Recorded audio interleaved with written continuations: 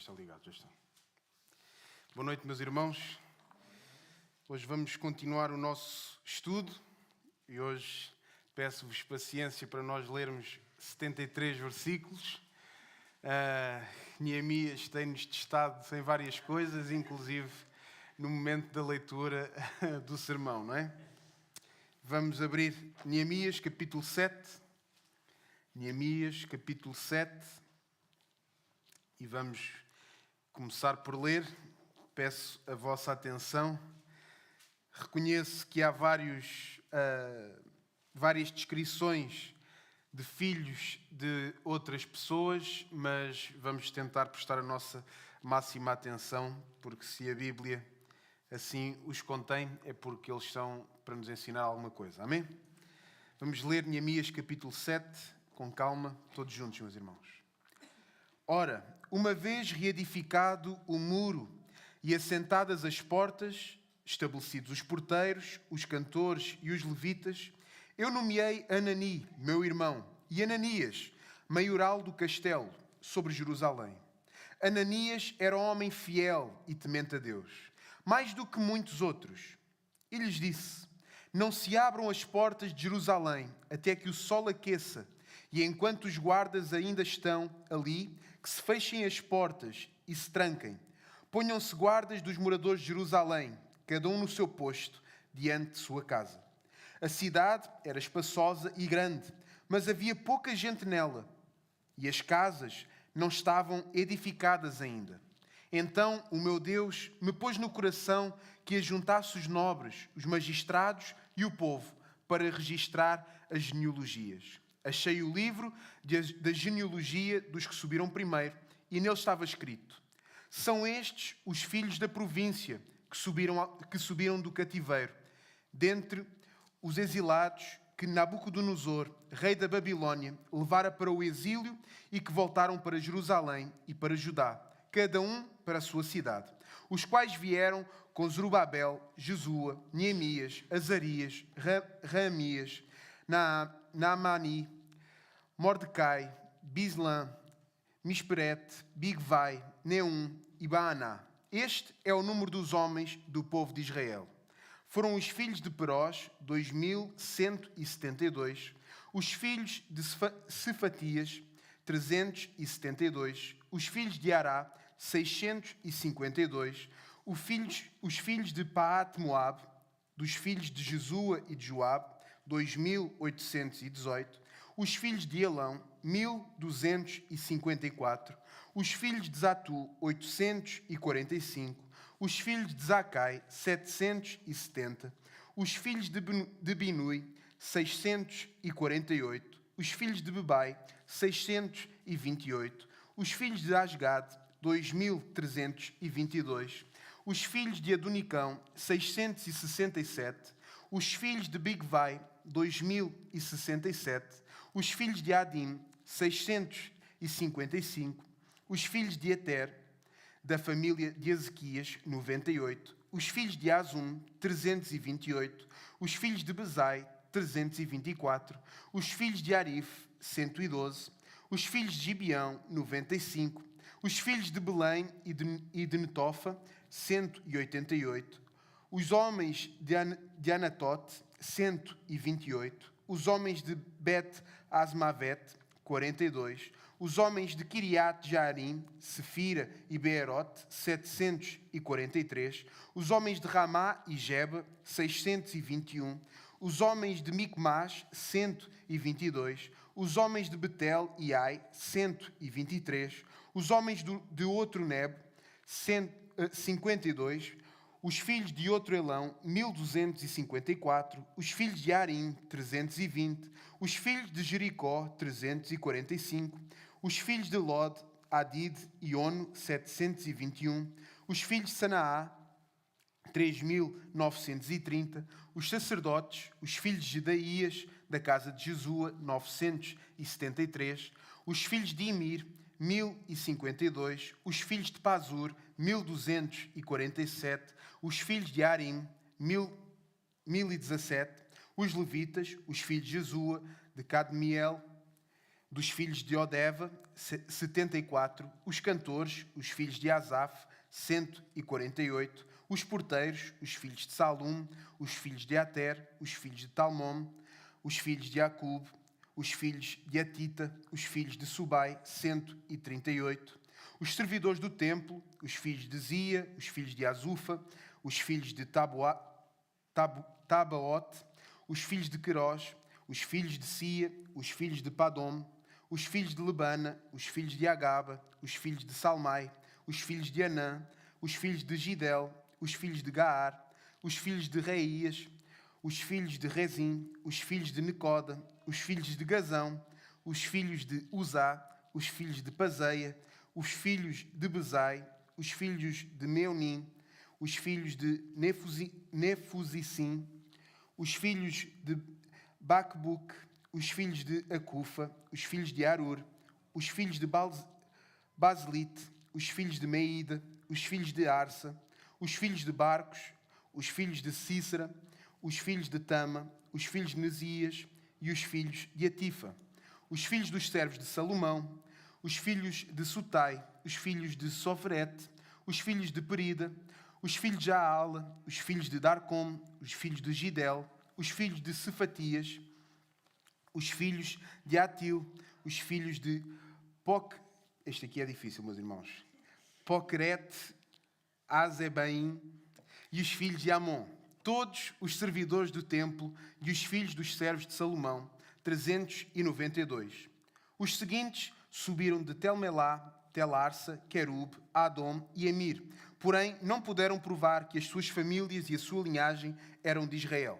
Os filhos de Delaías, os filhos de Tobias, os filhos de Necoda, 642. Dos sacerdotes, os filhos de Abaías, os filhos de Cós, os filhos de Barzilai, o qual se casou com uma das filhas de Barzilai, o Gileadita, e que foi chamado pelo nome dele.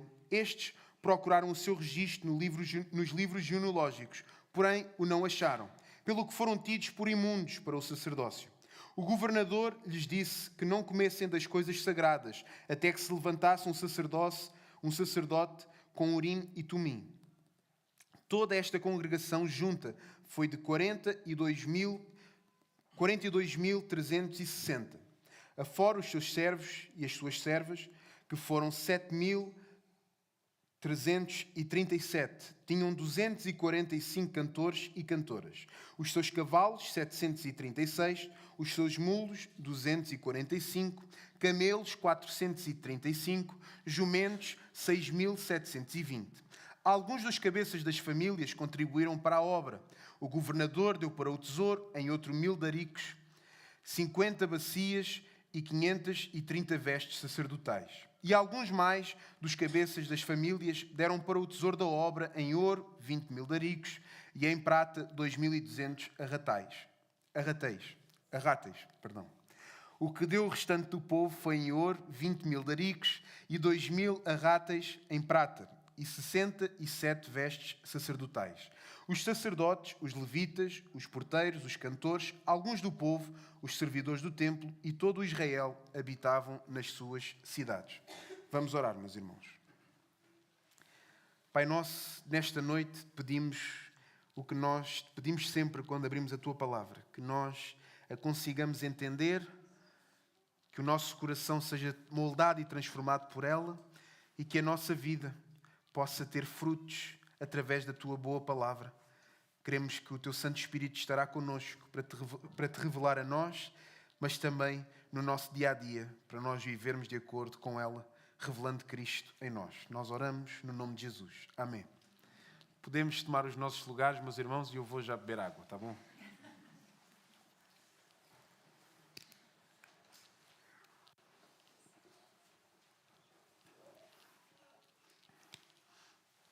Não vou perguntar quantos é que leram em casa, muito menos quantos é que desistiram de ler em casa.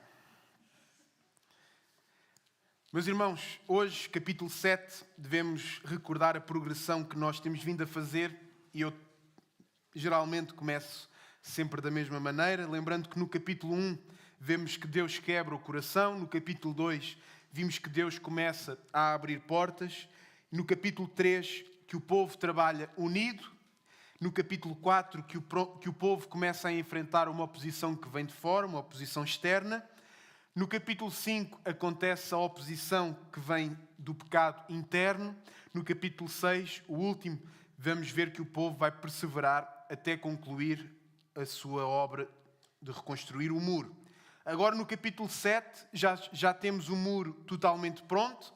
As portas já estão colocadas. Se bem se lembram, nós no capítulo 6 tínhamos visto exatamente essa parte, que faltava isso. Então, a obra visível que Neemias tinha ido fazer a Jerusalém, ela estava terminada. A obra visível, ela tinha terminado. E o que vem a seguir a essa obra visível? Vem a organização do povo.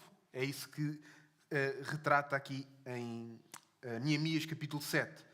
Isto é muito mais do que aquilo que nós podemos ler, olhar para tantos nomes, tantas pessoas, pareciam poucas pessoas, mas nós olhamos para nós hoje e achamos bem, se aquilo eram poucas, nós hoje nem uma formiga nós somos, não é? Mas vamos ver que isto é profundamente teológico, porque Deus, Ele nunca reconstrói apenas estruturas. Deus vai muito além disso. Deus vai organizar as pessoas que usa para essas obras. Amém? De nada valia nós termos esta casa tão bonita se as pessoas que fizeram com que a casa ficasse bonita não estivessem organizadas de acordo com o molde de Cristo. Amém? O primeiro ponto é a segurança. Ela exige vigilância e fidelidade. A segurança exige vigilância e fidelidade. O texto começa a dizer: depois que o muro foi edificado e eu assentei as portas, estabeleceram-se os porteiros, os cantores e os levitas. Reparem, a obra terminou, mas a vigilância começa agora. Neemias, ele entende algo muito profundo que somente aqueles que têm assim um chamado para a área pastoral conseguem entender melhor que os outros, que é concluir não é o mesmo que preservar. Ou seja, termos uma obra para fazermos essa obra chegar ao fim, não é tudo. Não vale de nada nós fazermos uma obra bonita se depois nós alargamos da mão e ela do bonita passa a degradar-se aos poucos. Então, concluir não é o mesmo que preservar. E ele vai estabelecer 3 grupos. Primeiramente os porteiros, depois os cantores e depois os levitas.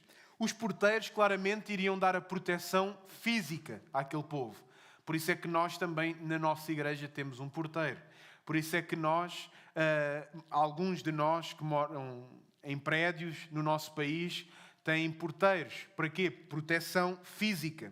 Também Neemias decretou cantores.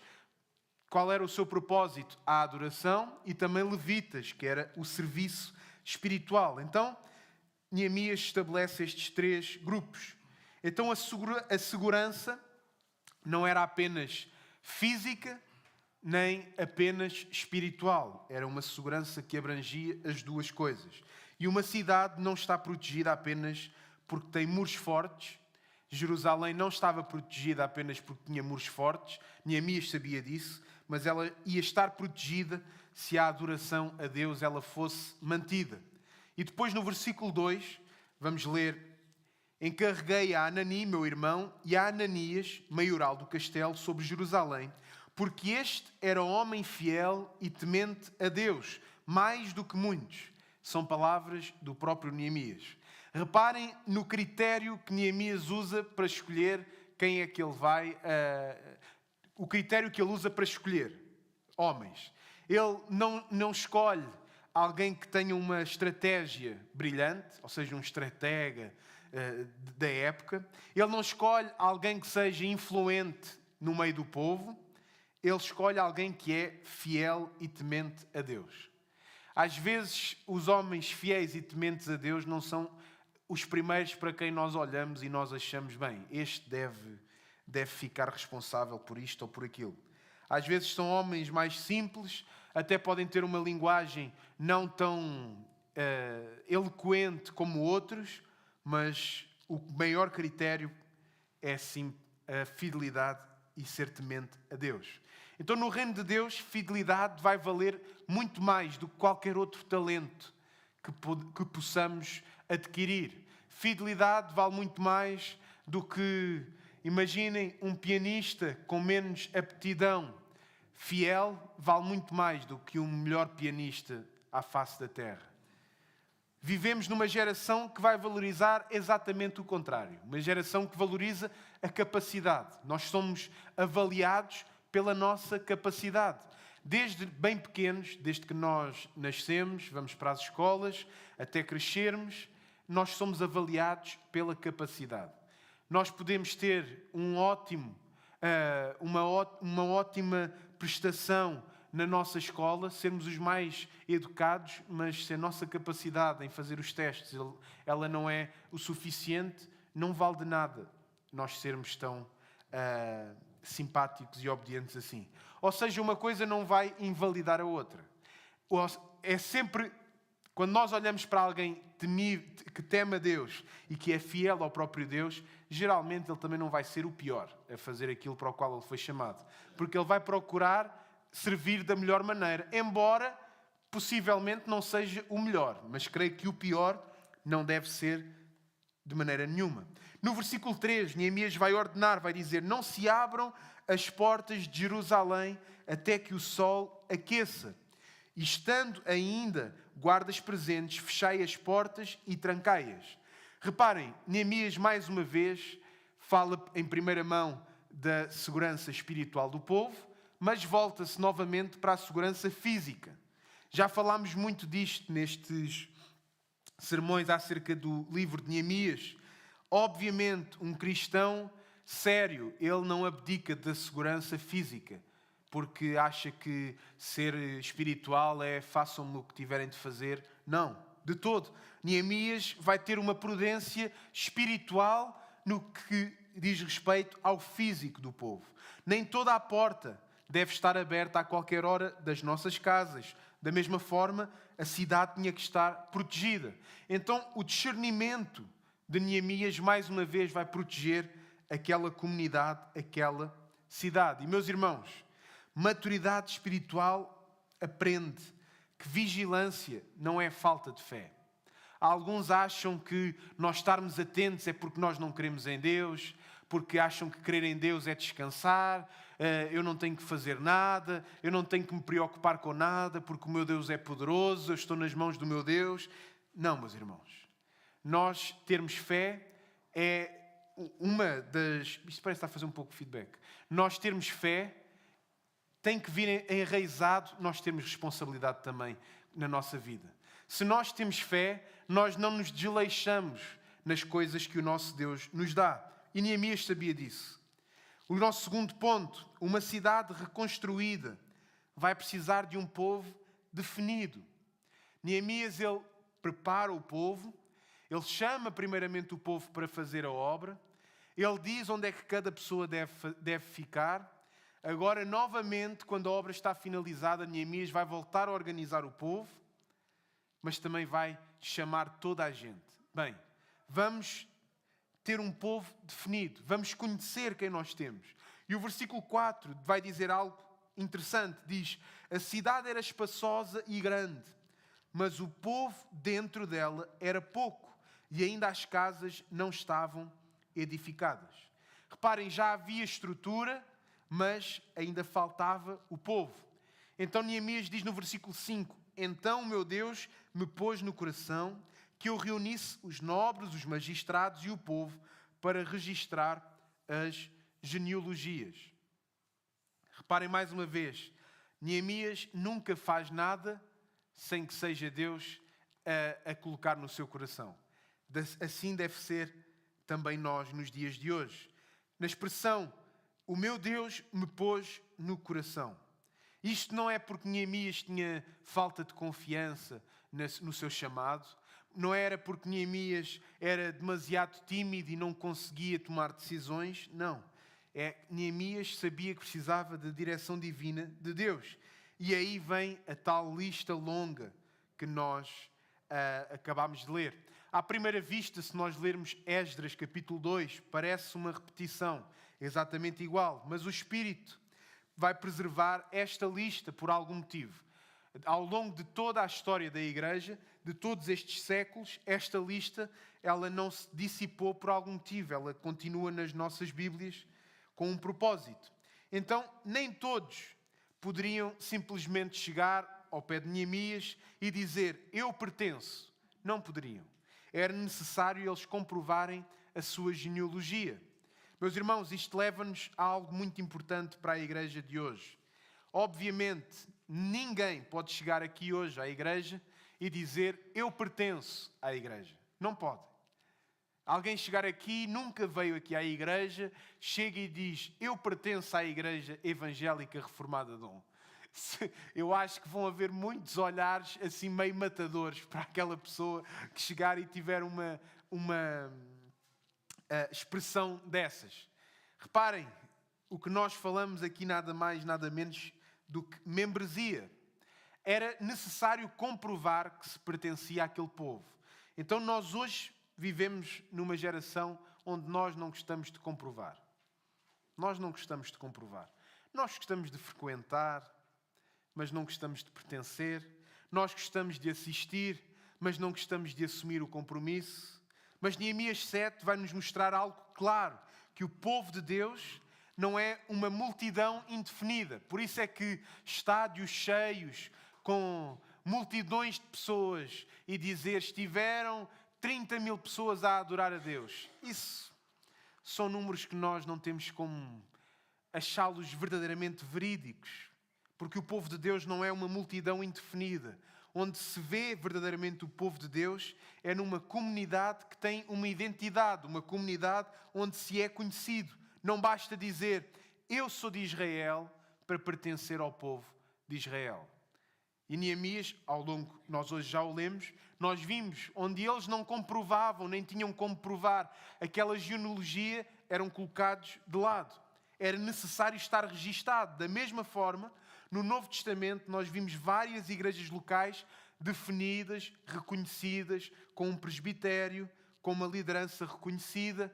Vemos o nosso querido e amado apóstolo Paulo, ele que vai falar a irmãos específicos.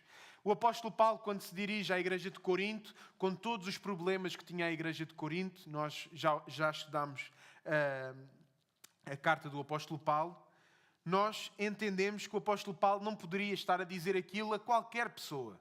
O apóstolo Paulo dizia aquilo a um grupo de pessoas específico.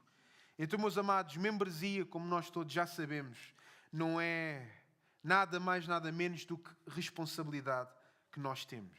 É nós dizermos, eu pertenço a este corpo, eu submeto-me a esta liderança e eu assumo a minha responsabilidade com esta comunidade. John MacArthur, ele disse algo muito claro. Ele vai dizer, não existe cristão no Novo Testamento que não esteja ligado a uma igreja local. Não existe cristão no Novo Testamento que não esteja ligado a uma igreja local.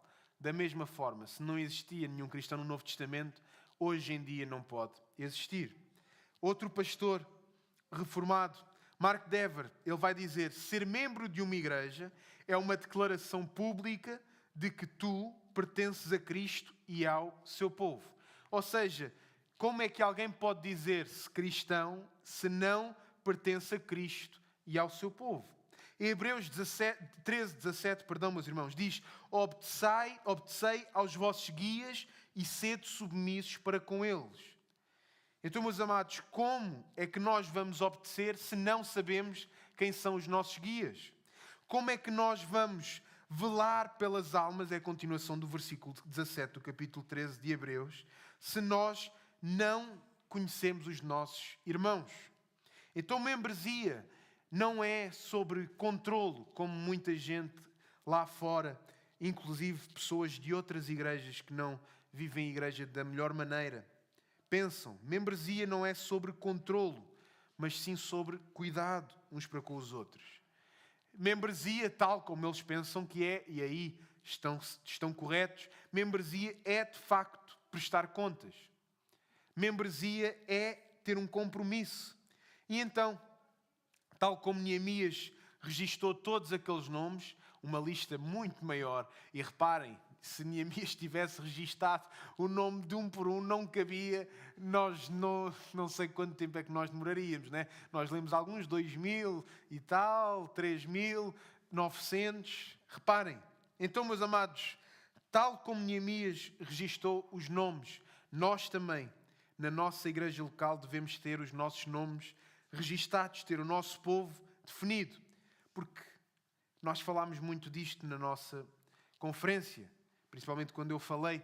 A igreja, ela não é um evento semanal. Ela vai ser o corpo ao qual nós pertencemos. E nos versículos 64 e 65, nós vamos ler algo muito sério. Diz: estes procuraram o seu registro genealógico, porém não se achou, pelo que foram excluídos do sacerdócio como imundos. Disse-lhes o governador que não comessem das coisas sagradas até que se apresentasse um sacerdote com Urim e Tumim. Reparem, isto é forte para aquelas pessoas. Não se trata de uma exclusão arbitrária, daquelas pessoas dizerem que tu fazes parte, tu não, mas trata-se da pureza que o povo iria ter na adoração. A liderança espiritual, ela não poderia ser assumida sem uma prova legítima. Da mesma forma, hoje em dia, Deus continua a levar bem a sério aqueles que o vão representar. E nós temos uma responsabilidade nisso. Sabemos que a igreja local, neste lugar, ela representa quem o próprio Deus é. Por isso é que a membresia é algo com uma definição, é algo com um rigor, é algo com uma responsabilidade muito grande, porque nós estamos a representar quem Deus é. E Deus não quer ser representado por qualquer um. Amém? Hoje vivemos numa cultura que não vai dar tanta atenção assim à identidade. Cada vez mais a identidade ela é uma coisa relativa. Apesar do mundo dizer, bem, eu tenho a minha identidade, eu sei quem eu sou, respeita-me como eu sou, mas reparem, as pessoas nem sabem quem elas são. Ao mesmo tempo que o mundo diz, eu tenho a minha identidade muito séria, muito própria, estão completamente a fazer uma contradição na forma de viver. Homens que dizem, eu tenho a minha identidade, mas que dizem que essa identidade é ser mulher. Mulheres que dizem que têm uma identidade e que temos de respeitar essa identidade, vamos a ver, e a identidade que elas dizem que têm não é de todo de uma mulher. Mas na Escritura, meus irmãos, pertencer ao povo de Deus não é como nós ocuparmos uma vaga que se desocupou. Não. No Antigo Testamento, nós vemos que essa pertença era por meio da aliança e da genealogia. No Novo Testamento, nós vamos ver que é através da fé e do novo nascimento. Mas não é porque é através da fé e do novo nascimento que se torna mais fácil de entrar nela. Não. O povo continua a ser eleito, escolhido e com umas diretrizes muito certas. Às vezes nós podemos pensar, claro, no Antigo Testamento era pela aliança e a genealogia. Hoje em dia é pela fé. Hoje em dia é muito mais fácil. Hoje em dia qualquer um pode pertencer. Não. A cidade reconstruída, ela precisava saber quem realmente fazia parte dela. Mas hoje, uma igreja, para ter uma estrutura forte, tal como aquela cidade estava a ganhar com aqueles muros, ela precisa ter uma organização, precisa ter uma definição. Mas se ela não souber quem é, ela perderá totalmente a sua identidade. Ela perderá totalmente a sua definição. Imaginem o que era a nossa igreja. Ela simplesmente aceitar tudo e todos, aceitar uma membresia com toda a gente, vinda de todos os lugares. Estás a querer dizer que nós não aceitamos toda a gente? Não aceitamos toda a gente. Nós vamos aceitar toda a gente se essa toda a gente nascer de novo. Mas primeiro tem que nascer de novo para entrar na membresia, meus irmãos. Reparem numa coisa. Depois da lista, o texto vai falar de contribuição. No versículo 70, nós vamos ler: alguns dos cabeças das famílias contribuíram para a obra. O governador deu para o tesouro 1000 dracmas de ouro, etc, etc. E depois, e alguns dos cabeças das famílias deram para o tesouro da obra. Versículo 71. Versículo 72. O resto do povo deu, e continua. Reparem, meus irmãos, os governadores davam, os líderes davam, o povo dava. Havia um compromisso não só num grupo de pessoas, mas em todo o povo. E quando o povo entende que ele pertence, o povo começa a investir. Também assim é a nossa igreja.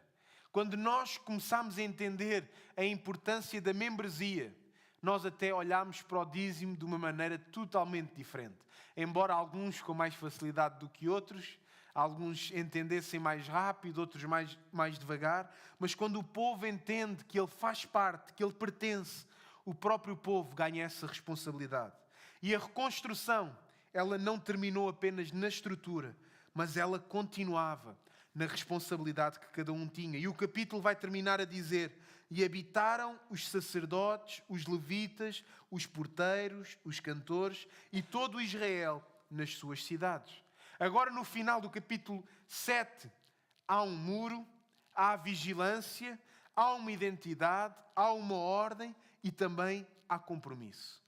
Foi assim que terminou o capítulo 7 de Neemias. Então o que é que este capítulo nos pode ensinar? Ensina-nos, em primeiro lugar, que concluir não é o mesmo que preservar. Concluir não é o mesmo que preservar.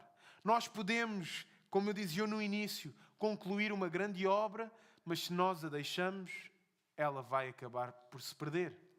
Tantas e tantas são aquelas estruturas que nós olhamos, aqueles monumentos históricos que nós vemos que certamente deram muito trabalho em fazer, certamente são tão bonitos e eram mais bonitos quando estavam preservados, mas foram deixados ao ar, foram deixados, ninguém mais tomou conta deles, limpou, etc. E estão completamente degradados. Em segundo lugar, aprendemos que a fidelidade é mais importante que a habilidade. Quando eu dei o exemplo do piano, mas não se enganem, meus irmãos. O facto de nós podermos não ser os mais habilidosos não faz de nós negligentes com o dom que Deus nos dá. Se nós somos verdadeiramente fiéis, nós vamos querer que a nossa habilidade, ela cresça e cresça.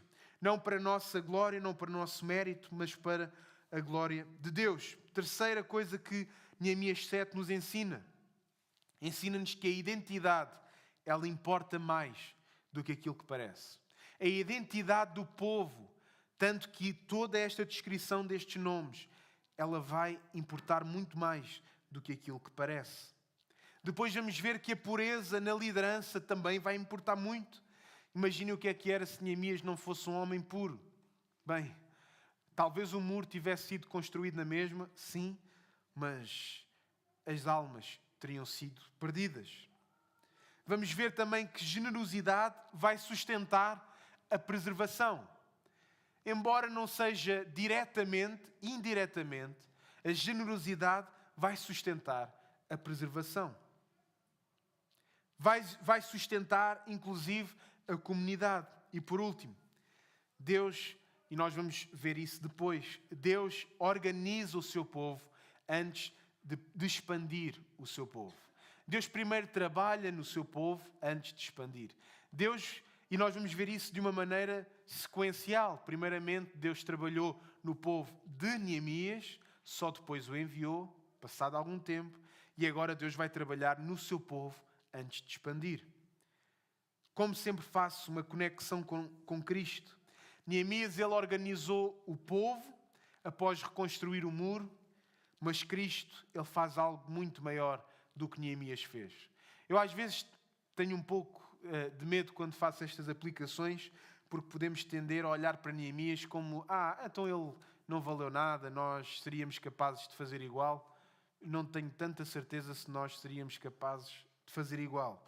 Quando eu digo que Jesus Cristo fez algo muito maior, é porque não podemos comparar Cristo a outro homem, mas ainda assim tenhamos calma e nós nos compararmos aos outros homens da Bíblia.